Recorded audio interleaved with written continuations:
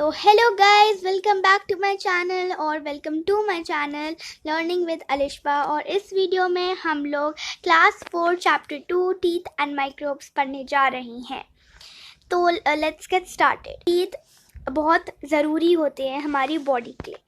क्यों होते हैं? ओके, क्योंकि teeth are important for our face. Okay, for our face, क्योंकि जो टीथ होते हैं वो हमारे फेस को शेप देते हैं, तो इसलिए टीथ जो होते हैं हमारे फेस के लिए बहुत इम्पॉर्टेंट होते हैं। और क्या करते हैं टीथ हमें बाइट, काटने में और फूड को चबाने में, च्यू करने में मदद करते हैं। ओके, एंड थर्ड पॉइंट है हेल्प अस स्पीक क्लियरली। अगर हमारे पास टीथ नहीं होंगे तो हम साफ नहीं बोल पाएंगे। इसलिए जो बूढ़े लोग होते हैं जिनके दांत नहीं होते हैं तो इसलिए वो अच्छे से नहीं बोल पाते हैं। तो teeth also help us speak clearly. Okay, and next is sets of teeth. By the age of 3, a child has a set of 20 teeth. Okay, जब हम 3 साल के हो जाते हैं तो एक चाइल्ड के पास होते हैं सेट 20 टीथ की, मतलब 20 दांतों की। ओके, ये जो सेट होता है टीथ का, इसको कहते हैं मिल्क टीथ और टेम्पररी टीथ। ठीक है, फिर जब बच्चा बड़ा हो जाता है, 6 साल का हो जाता है, तो उसके जो मिल्क टीथ होते हैं वो गिरने लगते हैं, मतलब वो लूज होने लगते हैं 1 by 1। ठीक है, तो जैसे ही मिल्क टीथ गिरते हैं नए टीथ आना शुरू हो जाते हैं गम्स के तरफ से। ठीक है, तो और जो ये न्यू जो गम्स की तरफ से जो ये टीथ आते हैं न्यू वाले, इनको हम लोग कहते हैं permanent teeth. Okay, Every adult usually has a set of 32 teeth. तो जब जैसे आपकी मम्मी पापा और ये जो सब लोग अडल्ट होते हैं उनके कितने टीथ होते हैं? 32 teeth. Okay, a set of 32 teeth. 16 होते हैं उनकी अपर जॉ में और 16 होते हैं इनकी लोअर जॉ में। ठीक है, upper and lower jaws have same kinds of teeth. जो अपर और लोअर जॉ होती है दोनों के ही सेम काइंड्स ऑफ टीथ होते हैं। If you lose any tooth from the set of permanent teeth you will not get a new one in its place. अगर आप के जो परमानेंट टीथ हैं, जो कि मिल्क टीथ गिरने के बाद आते हैं, अगर वो आपके गिर गए या आपने लूज कर दिया उन टीथों को, परमानेंट टीथ्स को, तो आपके न्यू टीथ नहीं आने वाले हैं। ओके, अब हम लोग कवर करने जा रहे हैं kinds of teeth. Okay, kinds of teeth, ये बहुत ही इम्पॉर्टेंट टॉपिक है काइंड्स ऑफ टीथ का।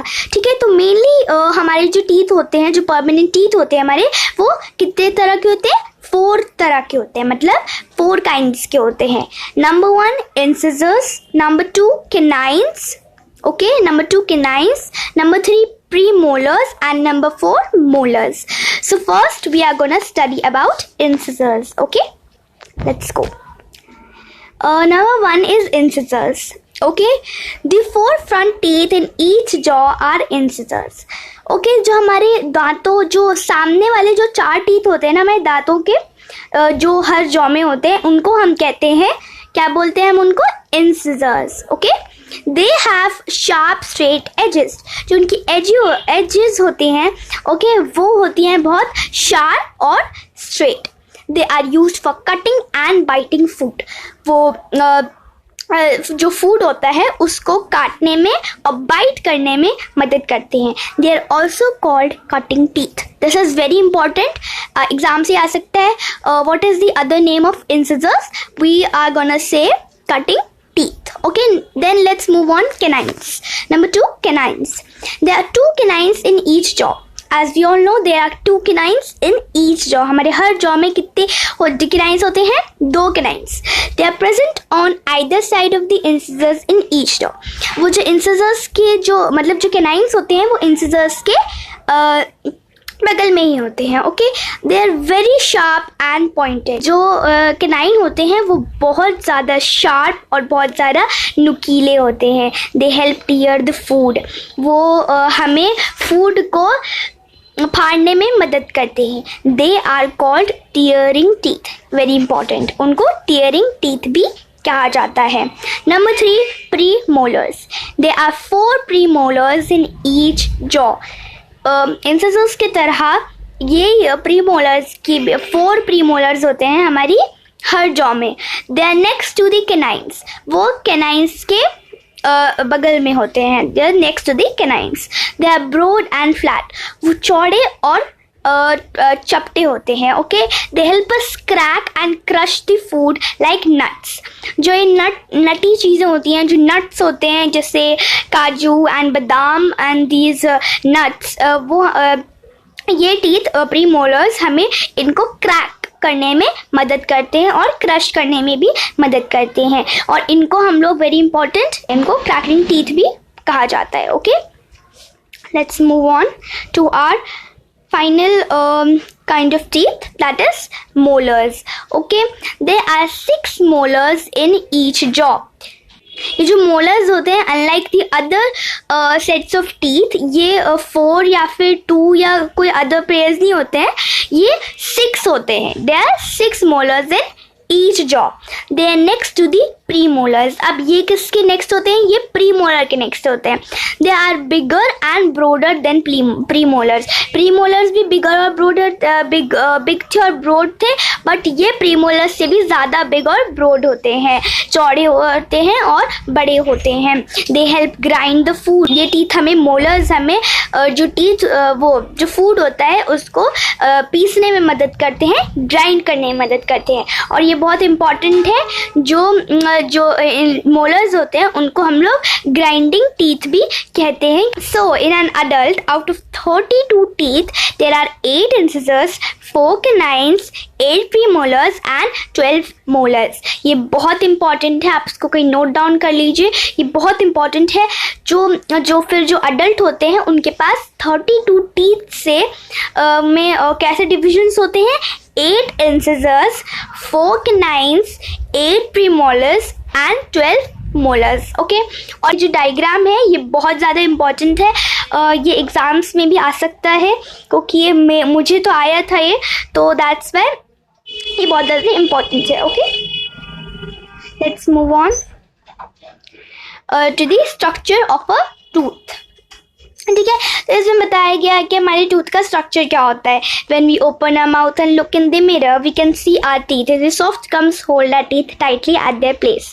जो गम्स होते हैं वो हमारे टीथ को उस अपनी जगह पे होल्ड करे रहते हैं। और जो हर टूथ के 2 पार्ट होते हैं, क्राउन होता है और क्या होता है, रूट होता है।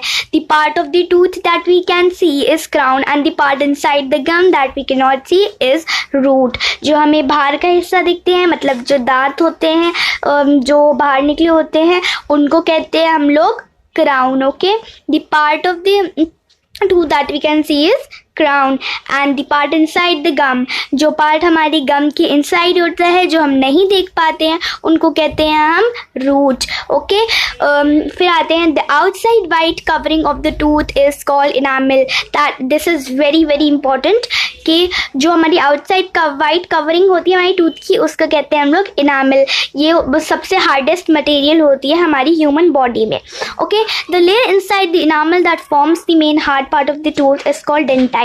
ठीक है, जो इनामल के अंदर भी जो एक लेयर होती है जो कि मेन हार्ड पार्ट होती है टूथ की, उसको कहते हैं हम dentine. This is also very important. Okay, the centre of the tooth is called pulp. This is also very important. जो हमारे टूथ का जो बीच वाला जो हिस्सा होता है उसको कहते हैं हम लोग pulp. Okay, it lies inside the dentine. ये डेंटाइन के अंदर होता है और ये बहुत सॉफ्ट होता है और इसके अंदर ब्लड वेजल्स और नर्व्स होती हैं। ओके, आगे बढ़ते हैं।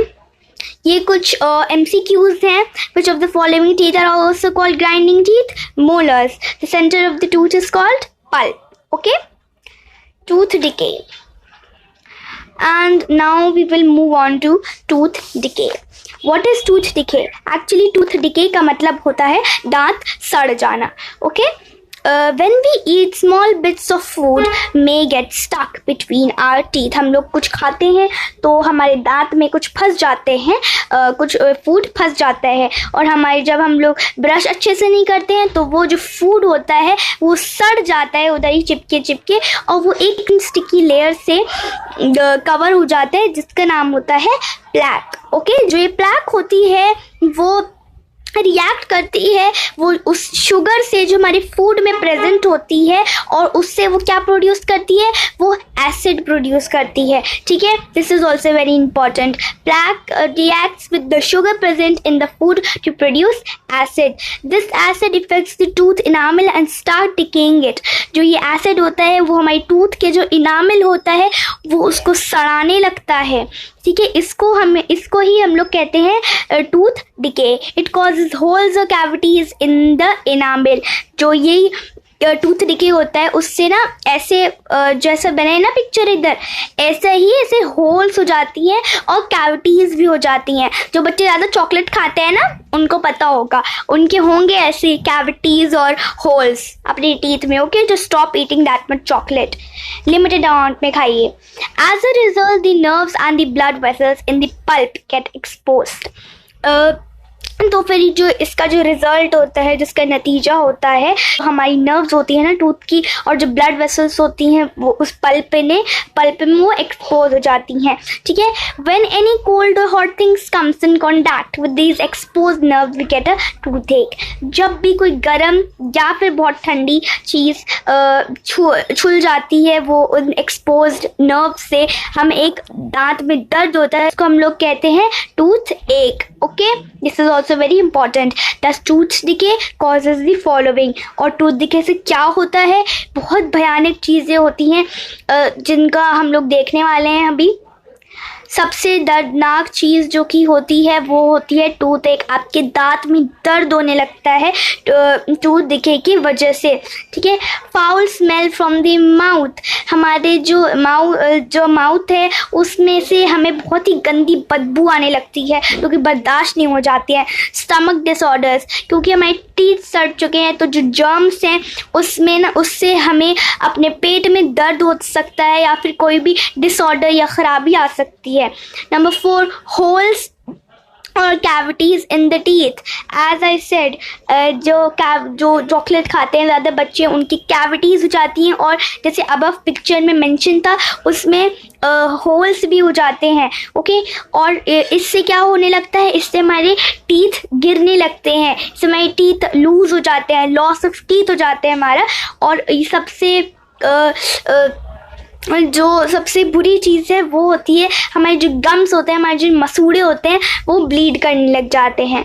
तो अब इन्हीं जो इस टूथ डिके को प्रिवेंट करने के लिए, ऐसी चीज़ों से बचने के लिए हम लोग को अपनी जो टीथ हैं उनको हमें केयर करना चाहिए ताकि टूथ डिके से हम लोग बच जाएं.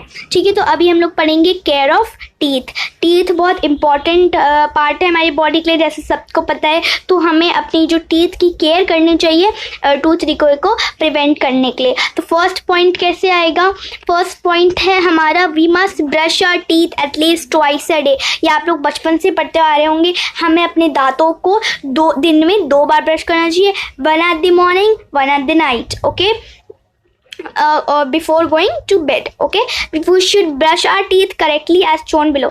जो बच्चे होते हैं वो ब्रश तो करते हैं पर कभी इधर कभी उधर बिल्कुल सही तरीके से नहीं करते हैं. कोई पार्ट ना हमारे टीथ के छूट जाते हैं जहाँ फिर उससे ना खाना उधर फंसा रह जाता है और फिर टूट डिके हो जाता है.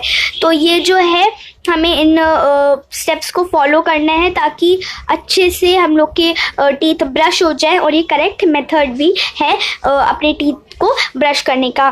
ठीक है, let's move on to the third point. We should eat raw vegetables and fruits like carrots and apples to make our gums and teeth strong. जो अगर हम लोग raw vegetables और fruits खाएंगे जैसे carrots, apple, तो इन चीज़ों से ना हमारे जो gums होते हैं और जो teeth होते हैं ना वो बहुत ज़्यादा strong हो जाते हैं. और इसमें लिखा है raw, तो आप ये मत समझना कि आप पका के खा लेंगे और उससे फ़ायदा हो जाएगा। नहीं, आपको रॉ खाने हैं अपने टीथ को स्ट्रॉन्ग करने के लिए। We should not eat too many sweets और and chocolates I mean. So जो बच्चे होते हैं छोटे छोटे, वो चॉकलेट खाते तो हैं पर हद पार कर जाते हैं, मतलब कुछ ज़्यादा चॉकलेट खा लेते हैं वो लोग, तो उसकी वजह से भी टूथ डिके हो जाते हैं और हमारे दांत ख़राब हो जाते हैं, स्पॉइल हो जाते हैं। Okay, we should rinse our mouth properly with water after every meal. हमें अपने माउथ को रिंस करना चाहिए, मतलब हमें कुल्ली करनी चाहिए अपने माउथ में। आफ्टर एवरी मील, हम खाना खाने के बाद हमें कुल्ली करनी चाहिए पानी से। ओके, अच्छे से। ओके, और हमें ना मिल्क और मिल्क प्रोडक्ट्स, डेयरी प्रोडक्ट, जो डेयरी प्रोडक्ट्स होते हैं या फिर मिल्क प्रोडक्ट्स होते हैं, हमें वो रोज़ कंज्यूम करने चाहिए क्योंकि उनमें होता है कैल्शियम, और जो कैल्शियम होता है ना वो हमारे टीथ के लिए बहुत ज़्यादा स्ट्रॉन्ग होता है और बोन्स के लिए भी होता है। ठीक है, तो ये बहुत इंपॉर्टेंट पॉइंट है। देखिए जैसे लिखा है ना, they have calcium that makes our teeth strong, तो इसलिए हमें जो मिल्क और मिल्क प्रोडक्ट्स हैं उनको बहुत ज़्यादा कंज्यूम करना चाहिए। ठीक है, and the seventh point is we must floss our teeth every day. floss मतलब होता है ये, जब हम अपने ऐसी थ्रेड जो टाइप ऑफ होती है फ्लॉस, उससे हमें अपनी टीथ जो है ना उनके बीच का जो लाइक वो होता है ना, जो भी फूड फंसा रह जाता है, तो उससे फ्लॉस से हम उसको निकाल सकते हैं। तो ये होती है फ्लॉसिंग। ठीक है, एक थ्रेड टाइप ऑफ मटेरियल की मदद से हम अपना खाना निकालते हैं जो दांतों में फंसा रह जाता है। ठीक है, तो हमें अपनी जो टीथ है उनको फ्लॉस रोज़ करना चाहिए। ठीक है, 8 point, teeth are not that are not kept clean yet covered with a yellow substance called tartar. Okay, अगर हम लोग जो अपने टीथ नहीं साफ़ करते हैं तो वो एक येलो कलर की कुछ सब्सटेंस से कवर हो जाता है जिसका नाम होता है Tartar. This can be removed by dentist, और ये आप घर में रिमूव नहीं कर सकते हैं ब्रश करके, आपको डेंटिस्ट के पास जाना पड़ेगा, वो ही आपके जो ये टारटार है वो रिमूव करेगा। ठीक है, we should visit the dentist at least twice a year.